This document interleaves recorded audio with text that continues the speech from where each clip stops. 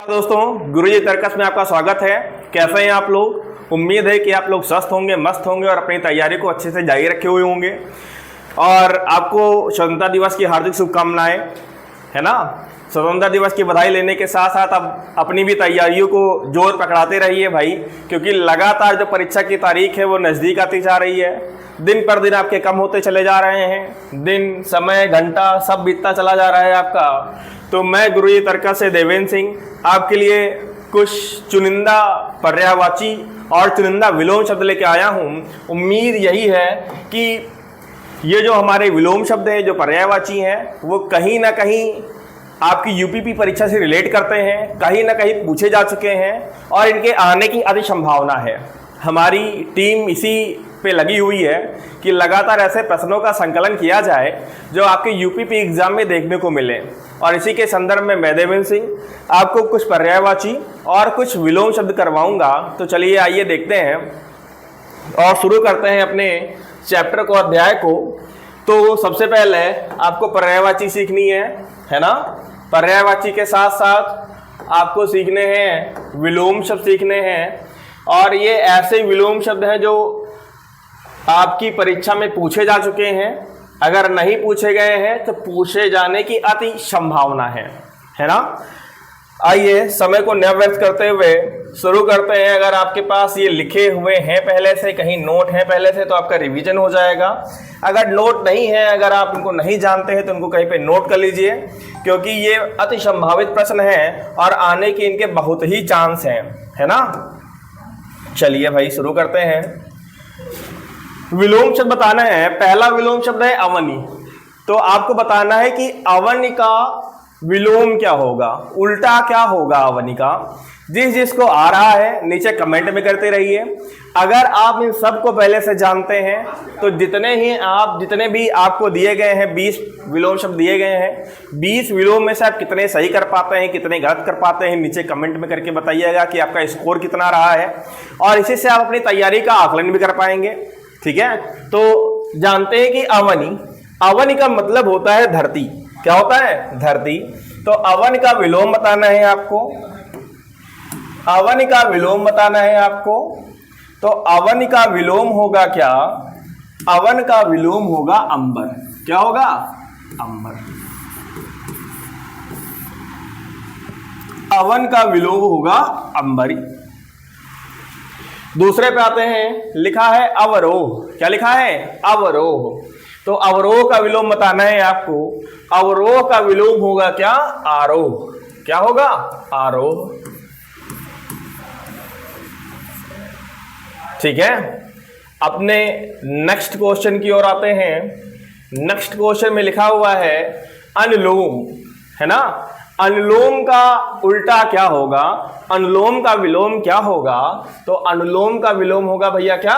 विलोम। अनुलोम का विलोम।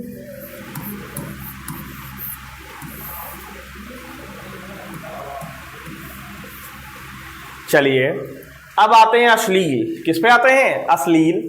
अश्लील को बताइए क्या होगा? अश्लील का विलोम आपको बताना है। नीचे कमेंट बॉक्स खुला हुआ है, नीचे उत्तर देते रहिए और अपने नंबर देखते रहिए, अपनी तैयारी का आकलन करते रहिए और देखते रहिए कि आपको कितना भी और सीखना है। अश्लील का विलोम होगा श्लील। क्या होगा? श्लील। अश्लील का विलोम क्या होगा? श्लील। ठीक है, चलिए आगे बढ़ते हैं। लिखा हुआ है अस्तेय। क्या लिखा हुआ है? अस्तेय। अस्तेय का विलोम बताना है आपको। अस्तेय का विलोम बताना है। अस्तेय का मतलब क्या होता है? अस्तेय का मतलब होता है चोरी ना करना, है ना। तो अस्तेय का आपको ऑप्शन देगा, विस्तेय होगा, नास्तेय होगा। इस तरीके से आपको कई ऑप्शन देंगे, तो ऑप्शन बढ़ जाने पर कंफ्यूजन बढ़ जाती है ना। तो चलिए कंफ्यूजन को ना बढ़ाते हुए अस्तेय का विलोम जानते हैं। अस्तेय का विलोम होगा स्तेय। क्या होगा? स्तेय। अस्तेय का विलोम क्या होगा? स्तेय होगा। अब आगे आते हैं। लिखा हुआ है आंख। क्या लिखा हुआ है? आंख। आंख का विलोम बताना है।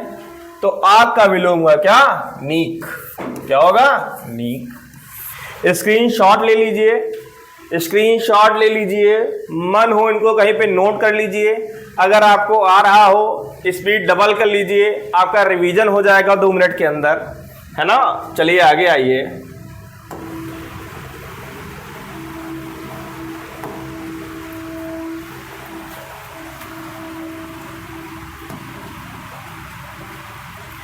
आगे देखते हैं भाई अपना अगला क्वेश्चन। लिखा हुआ है उन्मुख। क्या लिखा हुआ है? उन्मुख।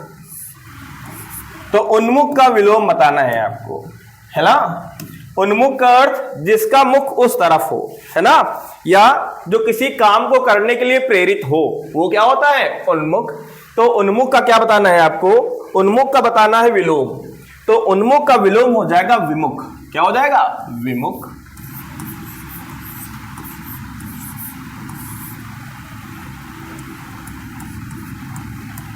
अब देखिए, ये दो कंफ्यूजिंग चीज है जो आपको लगातार कंफ्यूज करती रहेंगी और पेपर में आ गई तो आपका नंबर जाना लगभग में तय है। तो इसीलिए जो मेरी टीम है उसने इसको एक ही जगह पे रखा हुआ है ताकि जो आपकी कंफ्यूजन है वो लगातार दूर होती रहे। लिखा हुआ है उन्मूलन और उन्मीलन। उन्मूलन और उन्मीलन, है ना। तो उन्मूलन का विलोम बताना है, तो चलिए आप लिखिए उन्मूलन का विलोम। आप लिखिए उन्मूलन का विलोम। उन्मूलन का विलोम होगा क्या? रोपण। क्या होगा? रोपण। तो उन्मूलन का अर्थ होता है किसी चीज को उसकी जगह से हटा देना या जड़ से अलग कर देना, उन्मूलन हो गया। तो उन्मूलन का विलोम हो जाएगा रोपण। फिर लिखा हुआ है उन्मीलन। क्या लिखा हुआ है? उन्मीलन। उन्मीलन का विलोम बताना है। उन्मीलन का विलोम हो जाएगा निमीलन। क्या हो जाएगा? निमीलन। इसको याद रखिए, ये कंफ्यूजिंग चीज है, हो सकता है कि ये फंसा दे आपको पेपर में आपके। फिर देखते हैं, लिखा हुआ है कौटिल्य। क्या लिखा हुआ है? कौटिल्य। तो कौटिल्य का विलोम बताना है आपको। कौटिल्य आपने हो सकता है पढ़ा ना हो पहले कहीं। तो कौटिल्य का विलोम होगा आजर्व। क्या होगा? आजर्व। अच्छा, आजर्व का अर्थ क्या होता है? आजर्व का अर्थ होता है सरल या सीधा, और कौटिल्य का अर्थ क्या होता है? जो बहुत बुद्धिमान हो, कुटिलता से भरा हुआ, बुद्धिमत्ता से भरा हुआ कौटिल्य हो जाएगा। और आर्जव मतलब जो बहुत ही सरल हो और सीधा हो, वो क्या हो जाएगा? आर्जव हो जाएगा। ठीक है, आगे बढ़ते हैं। लिखा हुआ है गरिमा। तो गरिमा का क्या हो जाएगा? गरिमा का हो जाएगा लघिमा। क्या हो जाएगा? लघिमा।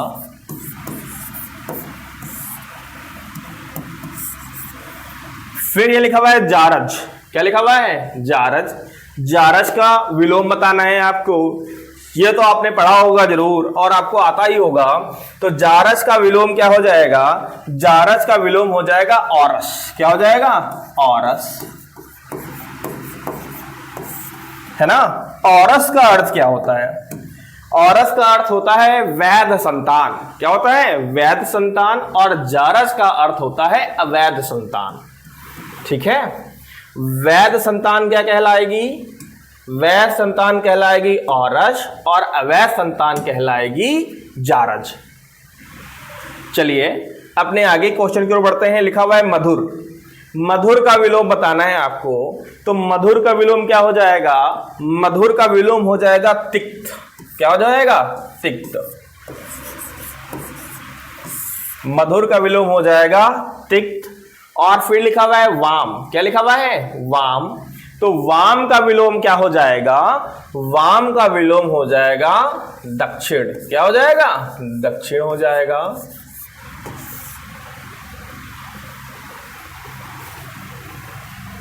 पहली स्लाइड में आपने 6 विलोम सीखे, फिर आपने 8 विलोम सीखे।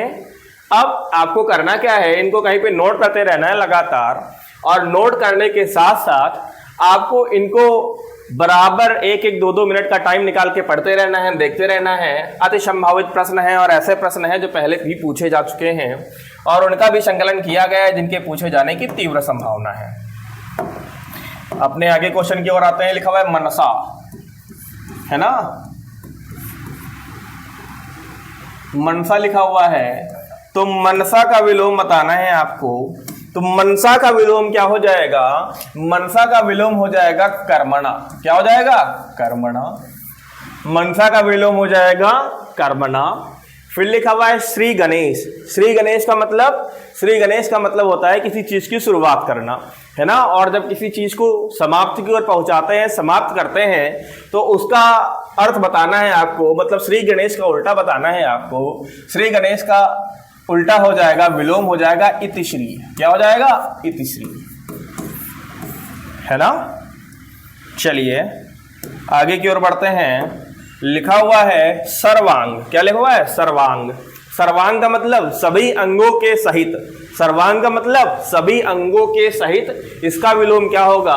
तो सभी अंगों के सहित सर्वांग, और जो बिना किसी अंग के हो या जिसके किसी अंग में विकार हो तो वो हो जाएगा विकलांग। क्या हो जाएगा? विकलांग।